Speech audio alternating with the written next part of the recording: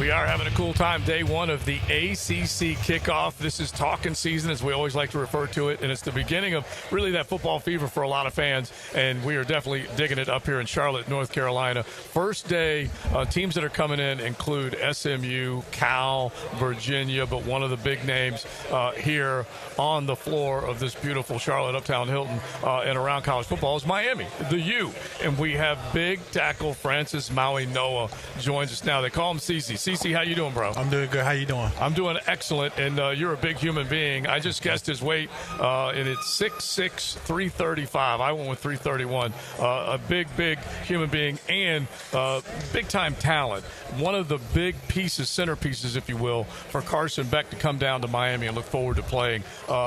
You got to be excited about this season and what's ahead for you. Oh, yeah. Every season, there's always an opportunity to play football. Not many kids have this opportunity, so I try to take advantage of every time I get to play. All right, we got the Hurricane Hall of Famer Leon Searcy back in Jacksonville, ready to throw some questions at you.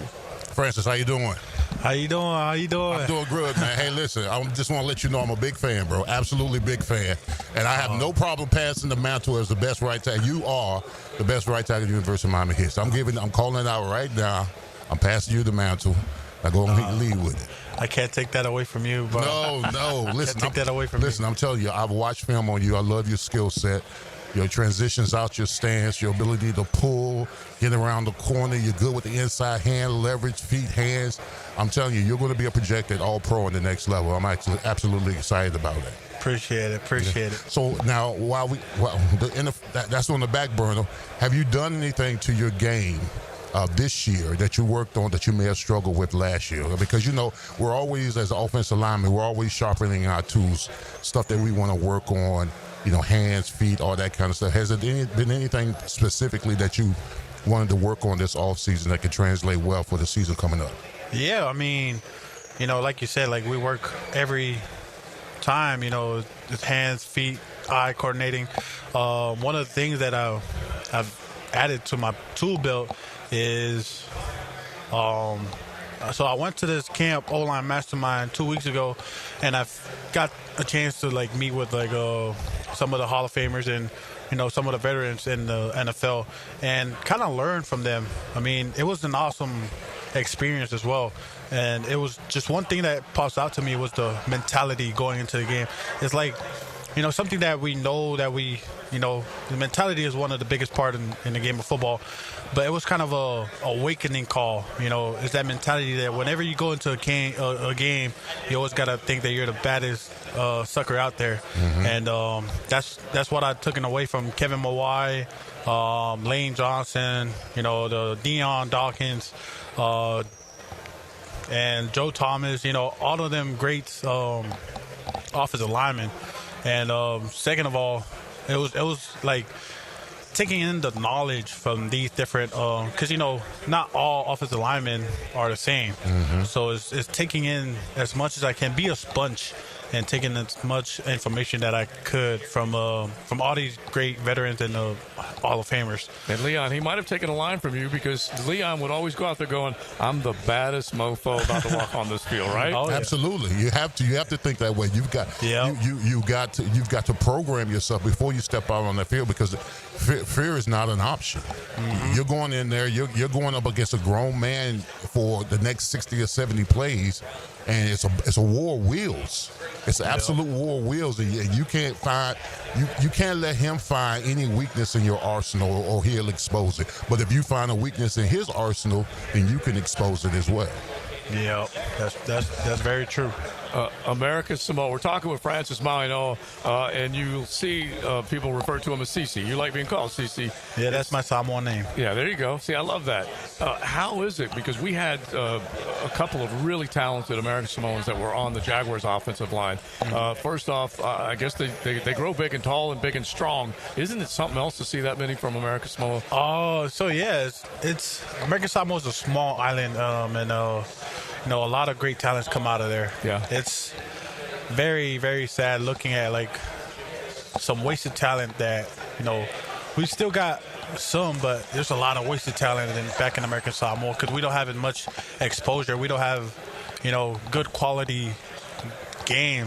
Over here is all about speed and, technique. But in Samoa, where I grew up on, is strength and just muscle everything through. If you see it online, you'll come upon a video where it says run it straight challenge. It's a rugby challenge, but you just run straight at each other. And that's what sort of like our mindset growing up in American Samoa. But when I came over here, it was like all like technical, all speed and everything like that. So it's we got speed and we got strength on the island, but I feel like a lot of it's going to waste. Now, Francis, I don't know if you know this or not, but Coach Mario Cristobal and I played together at University of Miami. We won 2 national championships together. What has he meant for your career at Miami, and what kind of legacy do you want to leave once you leave?